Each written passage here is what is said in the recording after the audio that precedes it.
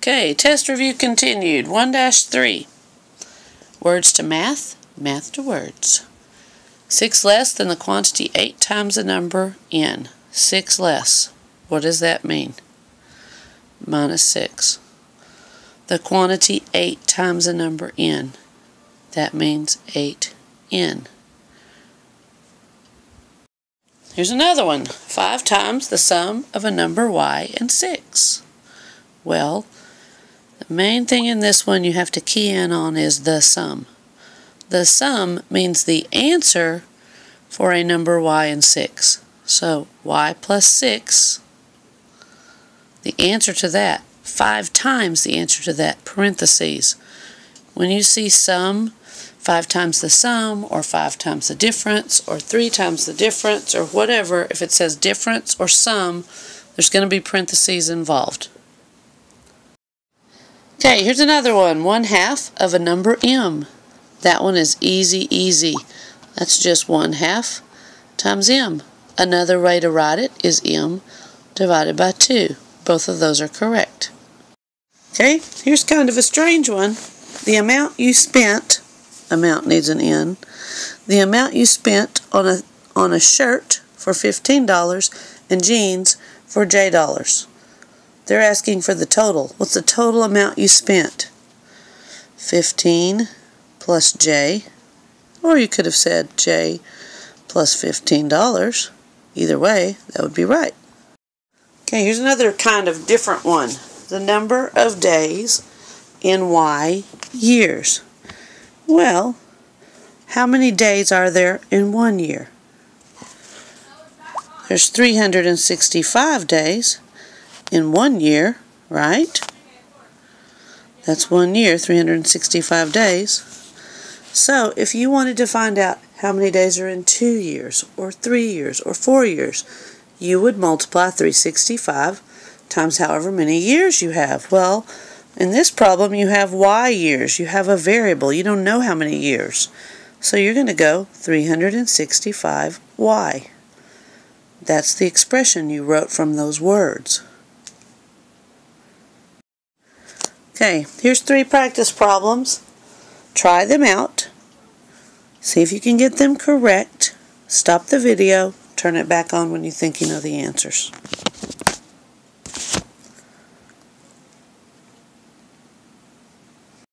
Okay, here are the answers. 50 divided by x, 50 is on top, x is on the bottom. If you switched it, it would be wrong. Whatever number comes first here is on top. The second number is on the bottom. 3 less, you needed to go minus 3.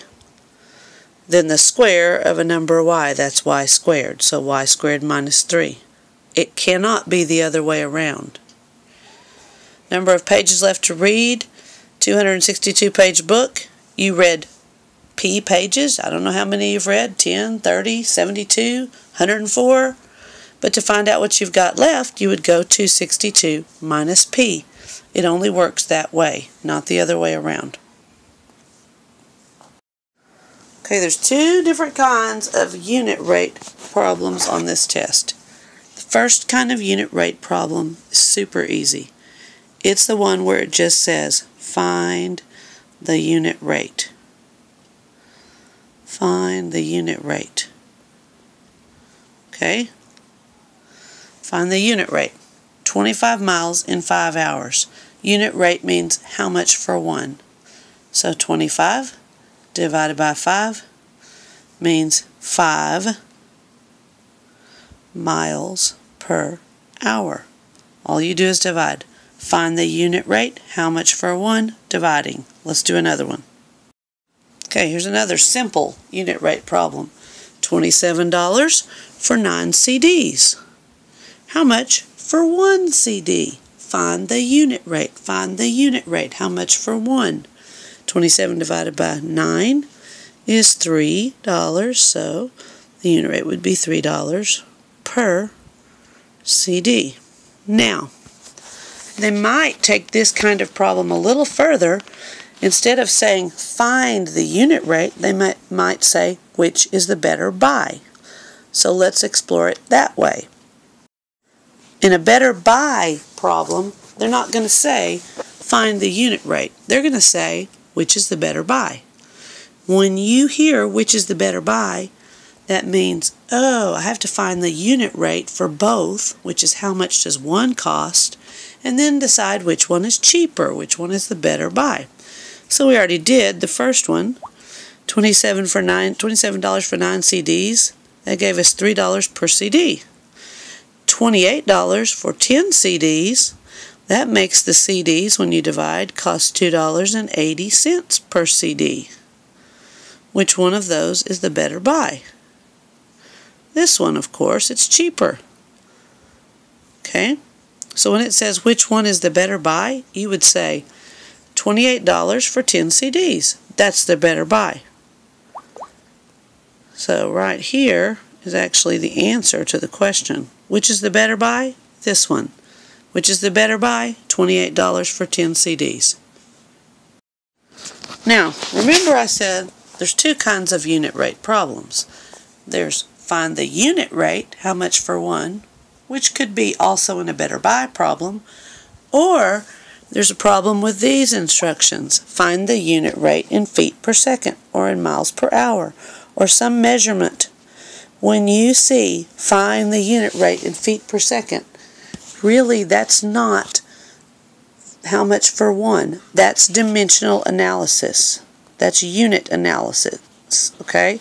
Dimensional or unit analysis. Okay, you're going to have to remember that. That's the weird, hard kind of word problem thing where you have to follow the units through the problem. But see the difference in the directions? Find the unit rate all by itself means how much for one. But this doesn't just say find the unit rate. It says find the unit rate in feet per second or miles per hour or something like that with measurements. When it says that, that means dimensional analysis. Now let's see what those problems look like. Okay, here's how it's going to work. You're going to see directions like I just wrote on the right before this. Find the unit rate in feet per second. And then they give you a problem, 300 yards per 1 minute. That means in 1 minute, whatever is traveling, the skateboard, the car, the frog, it's going 300 yards in 1 minute. But they don't want to know yards in 1 minute. They want to know feet in 1 second. So you have to change those two measurements, yards and minutes. We want those gone. We want to have feet per second. Somewhere at the end of this problem, we want an answer that says feet per second. That's what we're going for. So every time you do this, you're going to multiply. So we're going to put a times sign right here. And we're going to draw a line. And over here, we're going to put our first measurement. Okay? So let's start with yards and feet. We want to change yards to feet. Well, how many feet are in a yard? 3 feet. 3 feet are in a yard.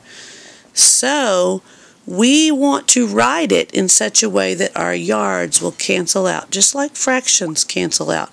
So we're going to want yards down here so they can cancel, and feet up here. So we're going to write it like this. 3 feet, 1 yard. 3 feet equals 1 yard, right? 1 yard.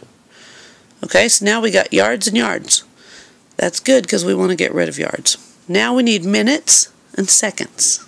So we're going to put another time sign, another fraction bar, and we're going to say, okay, there are 60 seconds in 1 minute. 60 seconds in 1 minute.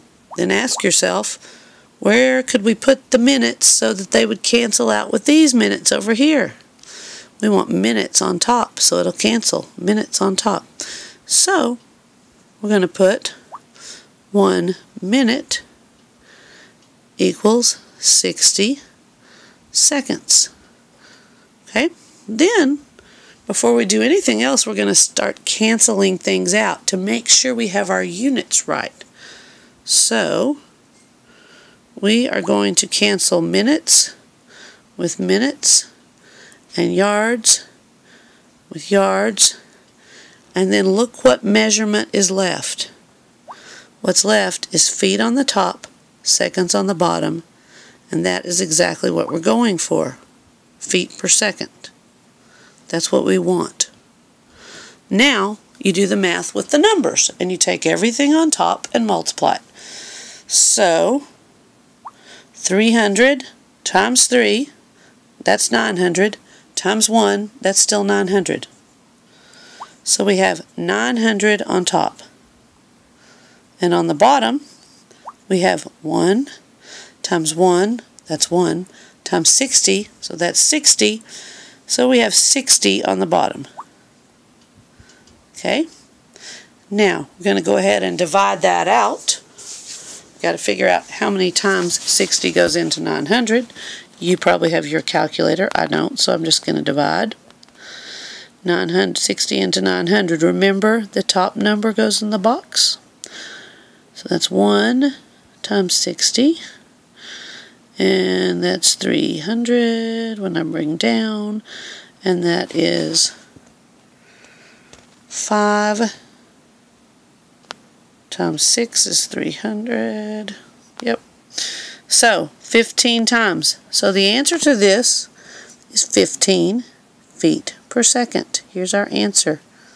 15 feet per second. Okay? If you need more practice with this, I would make sure that I went back and watched the original video for 1-3 because we went into this in some pretty great depth. Watch it and watch it and watch it again until it clicks. Okay? Okay, try this one for practice. This one says, which is the better buy? 48 ounces of milk for $2.64 or 60 ounces of milk for $3.84. Find the unit rate. How much for one? Compare and see which is cheaper to find the better buy. Turn it back on when you get ready for answers. I hope you said the 48-ounce milk. That's the answer to the question. When you divide, you get 0.055, which is like 5.5 cents for 1 ounce of milk on the 48 ounce. On the 68 ounce milk, you get 6 cents. Never ever, when you're doing these problems, do you need to round answers, because you need to see the whole answer to tell which one is actually the cheaper one. So the 48 ounce is cheaper. Okay, here's a problem to practice. The directions on this problem would say, find the unit rate in feet per second. So this is not how much for one. This is change it to feet per second. Dimensional analysis, unit analysis. Turn it off, see if you can get it, then come back to see it all worked out. Okay, here's the worked out solution.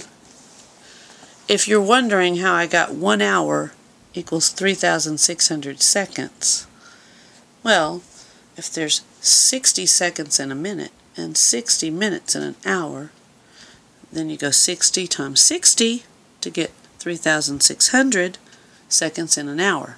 Or you look it up.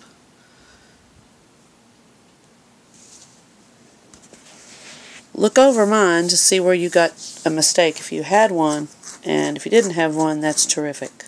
Terrific, terrific, terrific. You're doing great.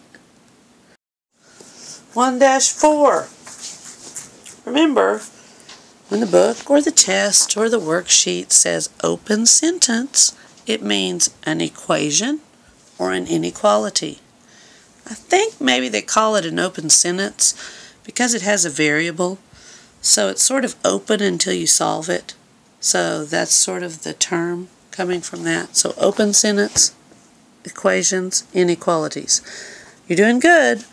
You've made it to 1-4. Keep going.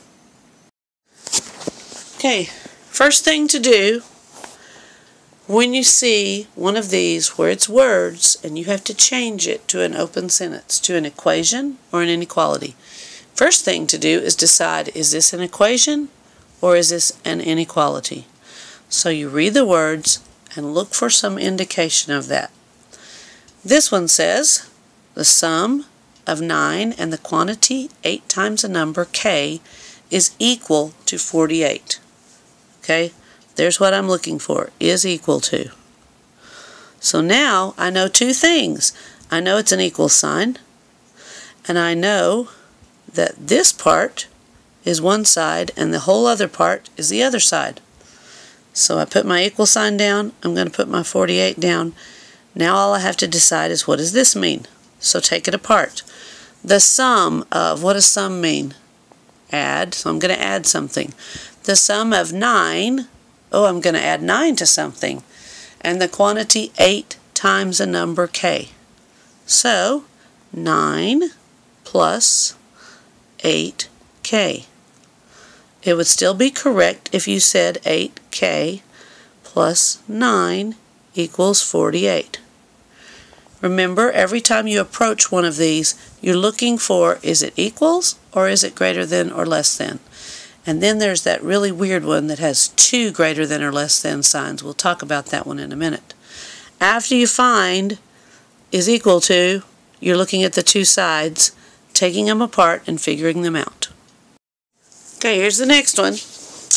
The product of 8 and a number y is at most 34. Okay? Is at most, is that an equal sign or an inequality sign? Inequality sign. The most it could be is 34. The most it could be is 34. The greatest it could be is 34. Hear it? The most 34. The greatest it could be is 34. So everything on the other side has to be smaller than that. Okay? But it could be 34. It said at most it could be 34. So that must be less than or equals to. Okay, the stuff on this side, the most it could be is 34. It could be 33 or 32. So it's less than or equals to. Okay, see how I found that? And again, this part is dividing the two sides. So I know 34 is over there by itself. Now let's work on the other side. The product of 8 and a. What does product mean? I mean not a. The product of 8 and a number y. What does product mean? Product means multiply. So 8 and y are multiplying. That one's not too terrible. Okay. Okay, here's another one. The product of 10 and a number x is greater than 4 and no more than 18. Wait a minute. Greater than 4 and no more than 18? That means this is the one that has two signs in it. This is the weird way to write it down. We talked about this on the original video. Anytime you see two things that it's greater than something and no more than something, or it's more than something and less than something. It's two things in the wording. You know that it's that weird one. And see that and that's joining those up? So, in this one, it's better to start with this other part. So we're going to start with this and figure out our signs second. This part. The product of 10 and a number x. What does the product of 10 and a number x look like? Well, that looks like 10x. Okay? Now, what does it tell us about 10x? It says it's greater than 4. Well, that's pretty easy for me. I can go greater than 4. Okay? 10 and x multiplied together, greater than 4. But then it says no more than 18. If it's no more than 18, it must be less than 18 or equal to it. It could be 18. It says it's not any bigger. It's no greater than 18. So that means that means 18 is greater than or equal to 10x. See, that makes 10x smaller or equal to 18. This is the hardest one. What you got to remember are two things. You got to remember when it says the words, it has double wording that tells you what to do, it's going to be the thing in the middle. Then you put this part in the middle first, and then once you figure out one sign, like I figured out this sign pretty easy, this sign is easy because they're always pointing the same way. In other words, you could never ever have it looking like this. It could not look like this. That would make no sense. Because how could that be smaller and that be smaller than this? That's incorrect. These are always going to be pointing the same way. So if this had said 10x is less than 4, then I would have gone, oh, 10x is less than 4, and this must be less or equal to 18. I would have fixed my signs the same direction. Okay? But no, neither of these are right for this one. This is the only answer that's right for this one, unless you think differently than me. Everyone thinks differently, you know. Some people put their 10x in the middle and put their 4 over here. And they say, oh, 4 is smaller than 10x. And then they put this sign over here and put 18 there. You see how that's the same thing? They just flipped everything around. It's like they took this whole thing and rotated it, and there's the 18 on this side and the 4 on this side. The 10x is still in the middle, and the signs themselves got flipped around. So, if you wrote it this way, which is completely logical to me, and most of you probably did, but some of you wrote it this way because it's completely logical to you, they are both correct. In fact, the answer in the book on this one was this way, because I was basing this off a problem in the book. But to me, it made more sense this way. Either way, it's correct. Okay, you try this one. Turn off the video when you're done and see if your answer is right.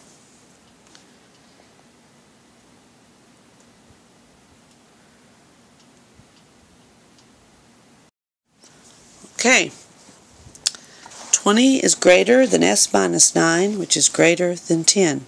If you wrote it the opposite way, that would still be right. You would have 10 here less than s minus 9 less than 20. If you flipped it, both of those are right. As soon as you read this problem, you should have gone is greater than and less than. Two things. This is the problem in the middle. Then difference of a number s and 9 means s minus 9, and it's important that this comes first and this comes second, just like it does in the words. So the first thing I wrote down when I did this was s minus 9. And then I said, oh, it's greater than 10, and that's where I put greater than 10. Oh, it's less than 20. So see, that says 20 is greater than that, but that is less than 20. Remember, the signs need to point the same way. Hope you got it right. Okay, the next kind of problem has the directions that say check whether the given number is a solution. Sometimes it says determine whether the given number is a solution. So what they're asking, they're saying, and they're telling you is here's your equation, and right after the semicolon is the given number. That means the value of x. So you plug it in and find out if it makes it true. If it makes it true, it's a solution. If it doesn't make it true, it's not a solution. So your answer is either solution or not a solution. In this case, 10 plus 11 is 21. 21 is greater than 20, so the answer would be solution. Answers are always solution, not solution, solution, not solution. When you were in pre-algebra and probably even 7th grade math, we put yes and no. But now we're in Algebra 1 and we're going to use the words that are correct, solution and not a solution. Okay, go ahead and try these three. You're checking to see if the given number, which is the number after the semicolon, is a solution to that problem or not a solution? Solution or not a solution?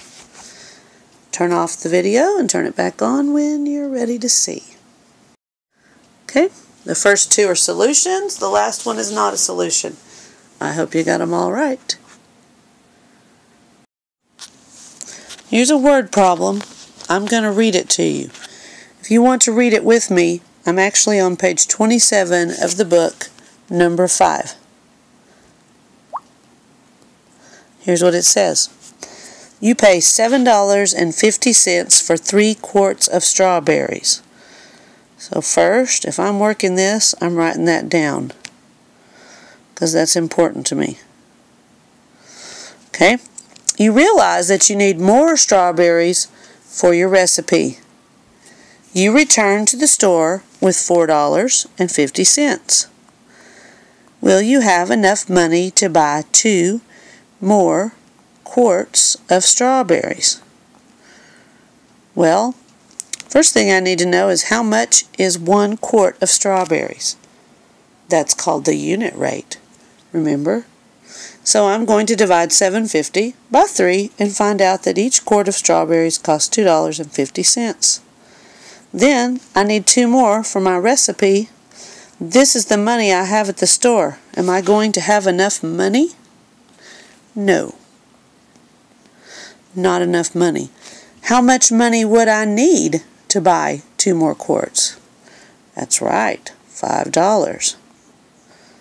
That's a little aggravating, isn't it? To be at the store and be 50 cents short? Okay, let's try another one. And I want you to practice this one before I give you the answer. But I'm going to read it to you in case you don't have your book. This is on page 27, and it's number 2. Here's what it says. A rule of thumb states that the ideal weight in ounces of a baseball bat for a high school baseball player is 5 ounces more than 1/3 of the player's height in inches. So, 5 ounces more than 1/3 of the height of the player. In inches, it said. So I'll put inches. I'm just jotting down some notes as I read. Now, this has 2 parts. Let's do part A first. Part A says, write an expression that describes the ideal weight in ounces of a bat for a high school player who is H inches tall. So this player is H inches tall. So I got to turn this into some math. It's like words to math. Well, what does 5 ounces more than usually mean? Doesn't that usually mean plus? If I had 5 ounces more than 28 ounces, that'd be 33 ounces. 5 ounces more than 10 ounces, that'd be 15 ounces. What am I doing to get the answer? I'm adding. So I know there's going to be a plus 5 involved here. Okay? Now, let's go back to the thing. It said the ideal weight of a baseball bat for a high school player is 5 ounces more, we got that, than 1/3 of the player's height. And this player is H inches tall. So wouldn't that be 1/3 times H? So if you were 62 inches tall, you could go 1/3 times 62 plus 5 and find out how much your bat should weigh in ounces. That's a pretty cool formula to know. Baseball players, you might check this out. I have no idea if this is a made-up story problem or if a real thing. You might actually know. Now there's a part B to this. Part B says, one player was 66 inches tall last year. This year, the player is 69 inches tall. How much heavier should the player's new bat be than the bat used last year? So this, part B, actually has 3 problems in it. Problem number 1. 66 inches last year, so how heavy was his bat? Got to find that. This year, He's 69 inches. How heavy does his bat need to be this year? How are you going to find those two things? You're going to take that 66 and put it right here for H. Do the math. Find the answer. Then put the 69 right here. Do the math. Find the answer. The third problem has to do with the question. It says, how much heavier should the player's new bat be than the bat used last year? How are you going to find that? You're going to subtract. You're going to take this one minus this one and find out. The new bat minus the old bat and see how much heavier. So everybody, turn off your video, do some math, figure it out. If you said 1 ounce for your final answer, you got it right. When I put 66 in this, I got 1/3 times 66, which gave me 22, plus 5 was 27.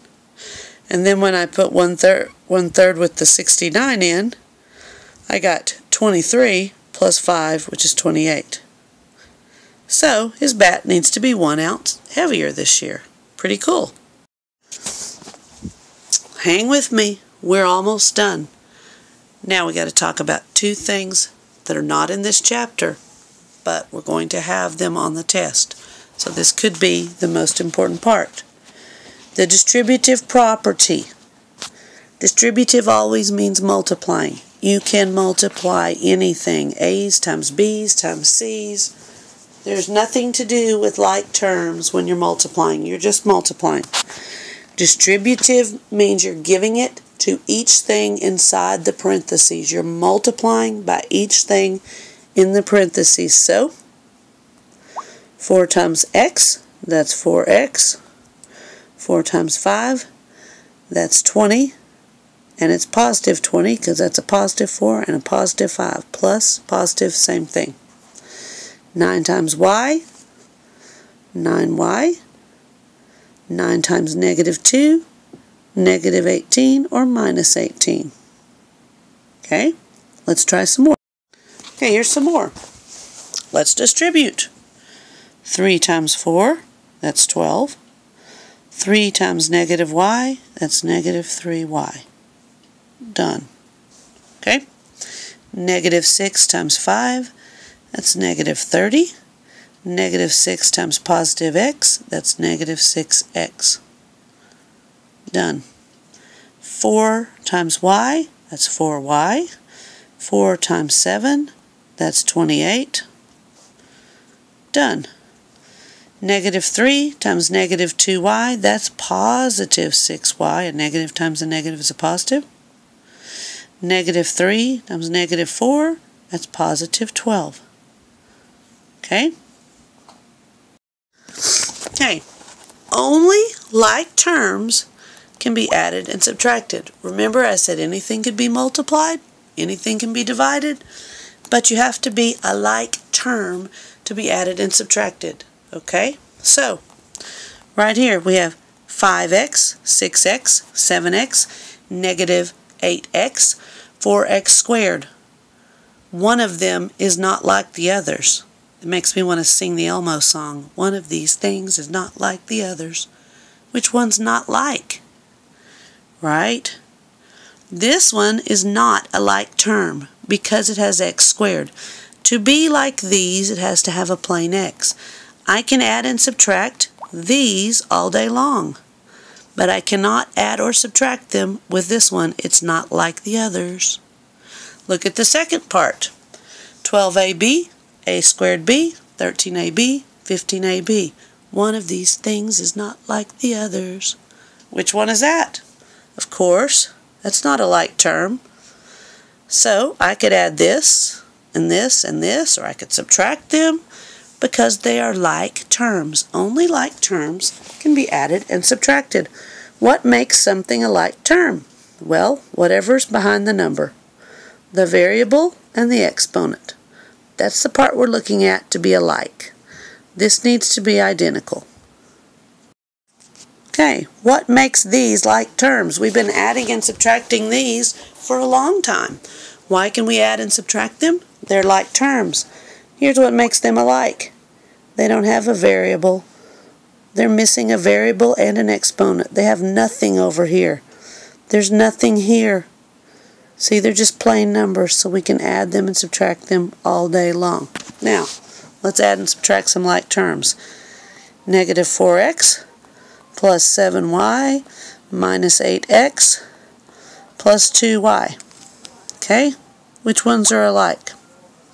Negative 4x goes with negative 8x. That makes negative 12x. Notice I circled the sign. The sign in front of the number goes with the number. Then you've got plus 7y plus 2y. That's plus 9y. You're just putting things together that are alike. Very important to keep in mind that the sign in front of it goes with it. The sign in front of the number goes with it, sticks with it like glue, does the work in the problem, etc. Let's try some more. Okay, here's two more, adding and subtracting like terms. Okay, start up here in the first problem, find the like terms. Like term, like term, like term. Remember, the number in front goes with it. Negative 2a minus 7a, that's negative 9a. Yes, it is, because that's plus a negative, in case you forgot. That's negative 9a. Negative 9a plus 4a is negative 5a. So altogether, you have negative 5a. This doesn't have a like term, so we just write it down, plus 3b. Remember, the instructions, when it's like terms, always say simplify. Make it more simple. Simplify. Okay. Let's look at the next one. Find the like terms. Well, negative 2x squared plus 3x squared, those are alike. Negative 2 plus 3, what's that? Why, that's 1x squared. Then you've got 4x, so plus 4x. That's a positive 4x. Minus y. Minus y. That's it. Now, could this be rearranged? Does it have to be in this order to be correct? No. You could have said 4x plus 1x squared minus y. You could have said negative y plus 4x plus 1x squared. I'm out of room. Any order, as long as you have all the parts and all of the signs in front of the parts with them. If you have something without a sign, it's a positive number. Now, let's put the distributive property and adding and subtracting like terms together. Now let's keep in mind the distributive property is always multiplication, so we always do that first. Doesn't multiplication come before addition? And please excuse my dear Aunt Sally. Yes. So we're going to multiply first. So here's our problem. We're going to say negative 3 times x, that's negative 3x. And negative 3 times 2, that's negative 6. Then we're going to bring the minus 7x down. Now, why didn't I go negative 3 times negative 7? Negative 7x is not inside the parentheses. We're only distributing to what's inside the parentheses. So, now, distributing is done. Now we have to add and subtract like terms. So, like terms, negative 3x minus 7x, that's negative 10x. And then we just bring the minus 6 down. And this is the answer. And the directions always say simplify. Okay, here's another one. Remember, we're always going to distribute first. So, negative 4 times 5, negative 20. Negative 4 times negative y, positive 4y. There's the end of the parentheses. That's all you distribute. Now, there's a second one to distribute. Remember, this minus sign is stuck like glue to that 3. If it helps you to think plus a negative, that's fine too.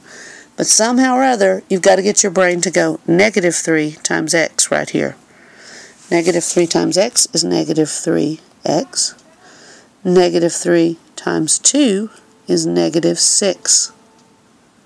Then bring your plus 4y down. Now you've done your distributing. Now add and subtract your like terms.